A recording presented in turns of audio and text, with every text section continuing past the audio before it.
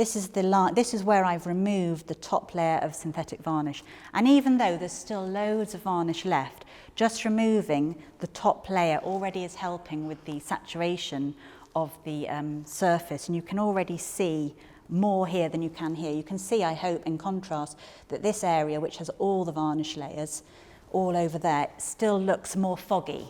Here is already a bit clearer.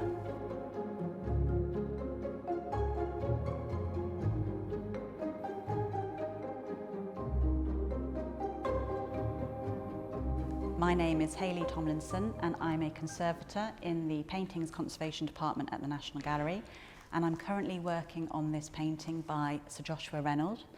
It's a portrait of Captain Robert Orme, painted in 1756.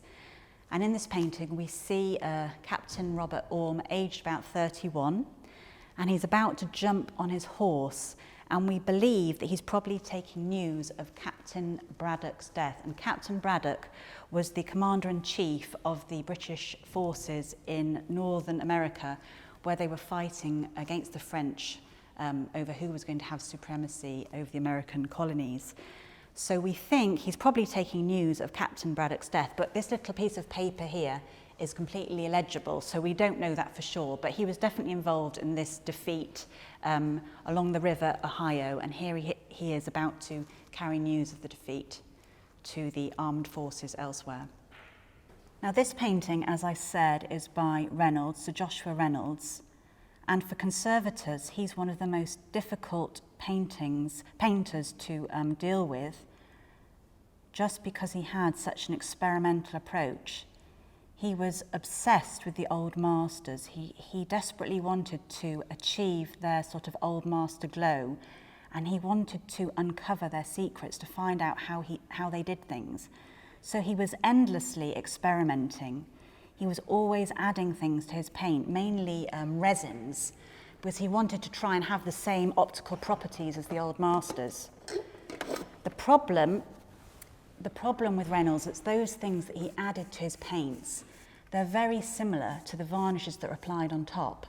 So the problem for a conservator is that if you're trying to remove the varnish off the top, you have to be very aware that there could be the same sorts of resin in the paint. And so you don't want to try and use a solvent that is going to affect the paint, which has resin in it. So for a conservator, Reynolds has to be approached with extreme care, and every possible aspect has to be thought about beforehand. So this painting has come to the conservation studio really because of the fogginess of the varnish. That's the motivation for wanting to treat it.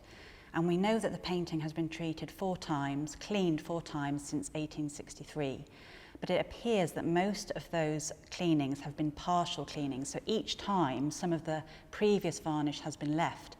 And the problem with that, of leaving these partial varnishes which have aged, is that gradually the painting becomes increasingly hard to see because you've got this increasingly foggy film over the top. But what I'm doing is that we're going for a very incremental stage. So all I'm doing at the moment is taking off the top layer of a synthetic varnish which was applied in 1961. And that's quite nice for us because it has very different properties to the varnishes applied before.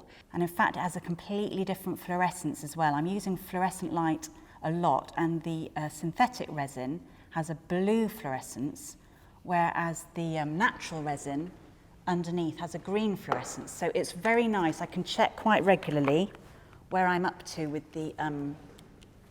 what I'm doing. So all I'm taking off is the blue fluorescence, but the lovely thing is that even if I keep going, the solvent mixture I'm using for the synthetic varnish doesn't even affect the natural resin. So this stage of the cleaning is actually quite straightforward. The good news about this painting is that it was painted relatively early in his career, in 1756, when Reynolds was only about 33 years old.